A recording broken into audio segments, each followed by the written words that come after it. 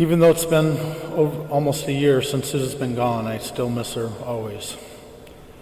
My earliest memories of my sister was my protector and defender.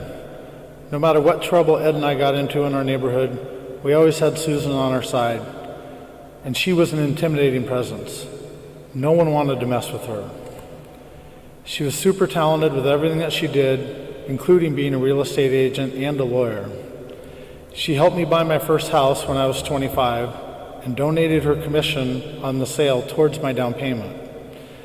She was very good at debate, as anyone who ever got into an argument with her soon found out.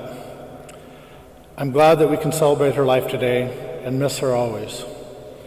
She and Ed were a great pair and always the best hosts and chefs. I hope they are together again in heaven with my daughter Kendra. I miss you, sis. Love you always.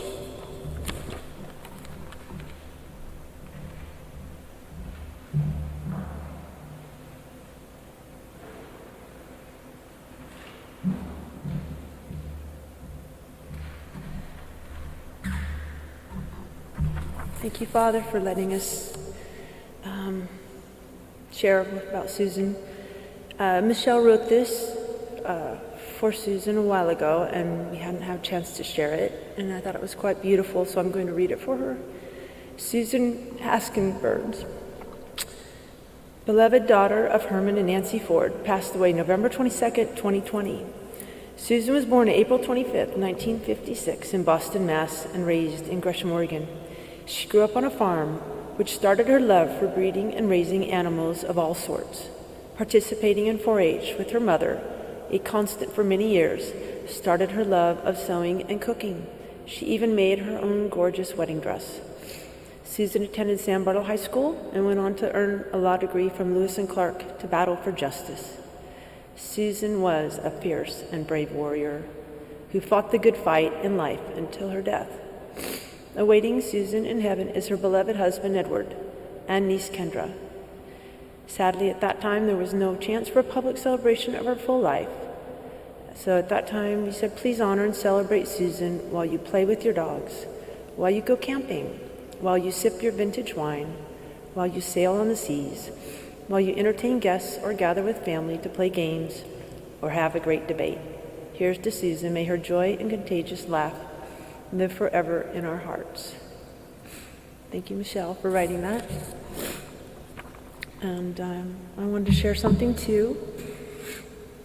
Susan Haskin Ford Burns, beloved first child of her parents, Nancy and Herman Ford.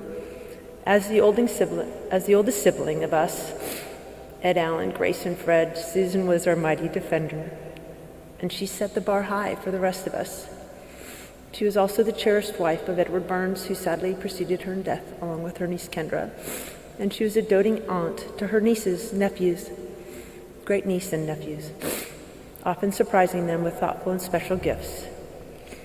And she was a dear friend to so many throughout the many different paths she took in her life. My dear sister Sue had so many varied interests, and she followed each one with a deep passion. As is often the case, her challenges were her superpowers, and once her passion was sparked, she was all in. She was a brilliant student, and after graduating high school, she put herself through Mount Hood Community College, Eastern Oregon University, and finally Lewis and Clark Law School. Excuse me. While in high school, she was a talented musician and a clarinetist in Chuck Bolton's infamous band, an enthusiastic photographer. During high school, she also built a dark room in our basement, spent hours perfecting and developing her black and whites. This passion turned into early career as a photojournalist, and she served as the staff photographer for the Portland Zoo for many years. She was also a very young homeowner, purchased her beloved Craftsman house in inner southeast Portland at the age of 21 via auction after the city abandoned its plan to build the Mount Hood Thruway through southwest Portland. Susan then became a realtor and shared her well-earned expertise on foreclosures as a lecturer. And when she later became an attorney, she once again shared well-earned expertise as a lecturer in real estate and elder law.